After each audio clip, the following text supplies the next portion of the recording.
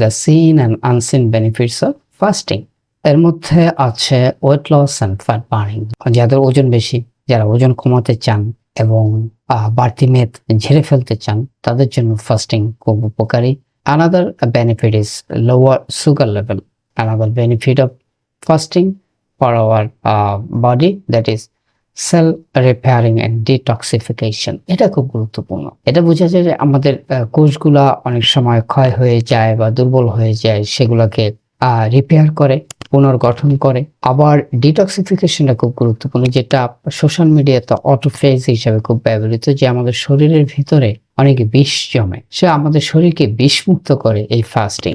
Number 4, lower cholesterol improves heart cell. মানে হার্টে যে কোলেস্ট্রল লেভেল থাকে সেটা কিন্তু কমার সম্ভাবনা থাকে আমরা যদি নিয়মিত ফাস্টিং করে থাকি।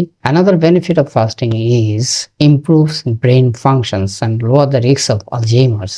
এটা একটি অসাধারণ উপকার। সেটি হচ্ছে যে আমাদের মস্তিষ্কের যে কার্যক্ষমতা সেটিকে বাড়ায়। আলঝেইমার্স নামে একটি রোগ আছে, সেই রোগের মানে সম্ভাবনা কমে বা মেমোরি লস হওয়ার সম্ভাবনা কমে। Number 6, immune system improves. আমাদের শরীরে যে রোগ প্রতিরোধক ক্ষমতা থাকে, সেই রোগ প্রতিরোধক ক্ষমতা ফাস্টিং এর কারণে অনেক বৃদ্ধি পায়।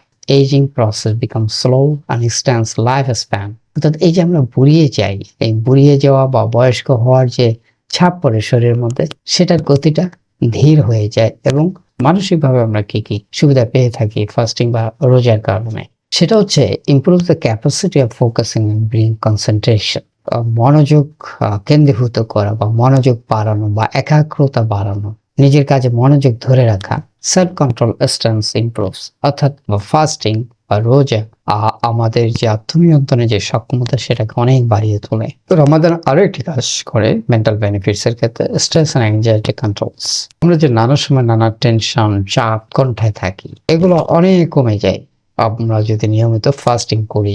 স্পিরিচুয়াল বেনিফিটস এর মধ্যে হচ্ছে মেন্টাল পিউরিফায়ার্স, অর্থাৎ সোল পিউরিফায়ার্স, আমাদের আত্মাকে শুদ্ধ করে। আরেকটি হচ্ছে increases empathy and attitude of gratitude. অন্যের প্রতি যে সমানুভূতি, অন্যের দুঃখ কষ্টকে অন্যের মতো করে ফিল করা, অনুভব করা। আর অ্যাটিটিউড অফ গ্র্যাটিটিউড, যে কৃতজ্ঞতা, যে মানসিকতা, যে মনোভাব তৈরি, সেটা আমাদের বাড়ে। আর একটি স্পিরিচুয়াল বেনিফিটস হচ্ছে ইনার মেন্টাল পিস, মানে যে গভীর প্রশান্তি, সেটি এনে দেয় আমাদের এই রমজান, রোজা, ফাস্টিং। সো বিভিন্ন ধর্মের মানুষের মধ্যে, যা যা ধর্মের মানুষের মধ্যে একটা বন্ধন তৈরি হয়, আর সামাজিক বন্ধন তৈরি হয়, একত্রিত হয়। আরেকটা যেটা হয়, এই সময় কিন্তু আমরা আজে বাজে খাবার খাই না, বা হেলদি ফুড টেকিং এর যে হ্যাবিট সেটা গ্রো করে।